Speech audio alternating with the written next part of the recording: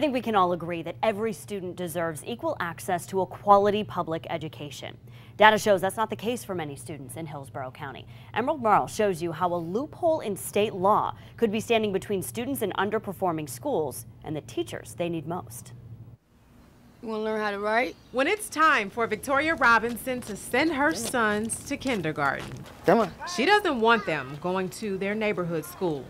I feel they're not getting the best. She's right. For the last 5 years, Potter Elementary in East Tampa has gotten an F from the state. I'm thinking about signing him up at another school.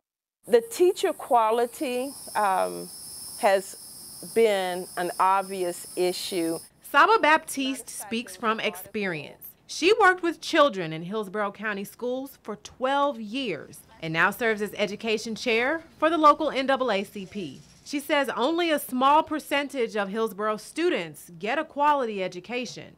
And it's certainly not the kids in the urban core communities. Data shows of the district's 44 schools, they got either a D or an F in 2016. All were majority minority and poor. When they get to the black community, all the good teachers are gone.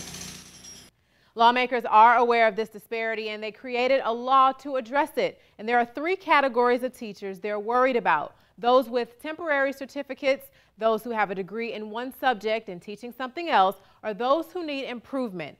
The law says D and F schools cannot have more teachers in these categories than the district average. But we found data that shows many of the failing schools are well over those benchmarks. I feel that my kids deserve more. The biggest gap is with teachers who have temporary certificates. The district average is 6%, but data from a public records request shows 22 DNF schools surpassed that average last year. Shields Middle School in Ruskin was the biggest offender. 26% of its teachers had temporary certificates. At the end of last school year, they had 103 teachers on staff. 27 had temporary certifications. Those teachers obviously don't have teaching background. They are either changing careers into teaching, never taught before, and they have 2 to 3 years before they get their professional certification. But Superintendent Jeff Akins says that's not always the case. He pointed to certified teachers who come from other states. Even though they may come in with experience, they may be issued a temporary certificate by the state of Florida. They're very effective teachers. But we wanted to know, if these teachers are so effective, then why do schools like Potter continue to fail? We brought down the number of DNF schools from last year, so we're making great progress there. But what you have to look at is where the kids start. I mean, much of the kindergarten readiness rates of our students that are coming into many of those schools they're not prepared for kindergarten. So we're starting behind the starting block, so to speak. But that job gets even harder when some of the DNF schools had double the district average of teachers leading classes in subjects they were not qualified to teach. When you put those teachers without assigning them in classroom with a highly effective teacher, you get some gaps in the curriculum. There might also be some gaps in how the district keeps its records. The superintendent signed this form in December. He checked this box saying the district followed the law for assigning teachers to DNF schools. But the newest numbers we have say otherwise. Why did you sign that? Because at that time, that was absolutely accurate.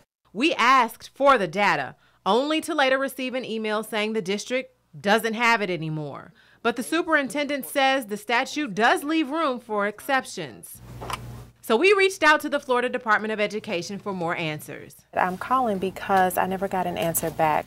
All we got back were a couple of ambiguous emails saying although there were no exemptions, the law does give districts flexibility.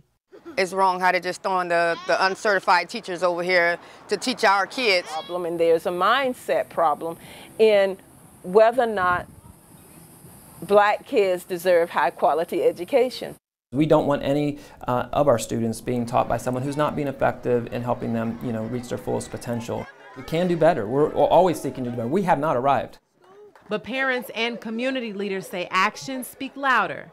I need for my kids to be well educated. And if you're wondering what the penalties are for districts who violate the state statute we talked about, it's really interesting because the state would not say. Officials there also did not respond when I asked what proof districts need to submit to prove they are in compliance with how teachers are assigned to low-performing schools. Emerald Morrow, 10 News.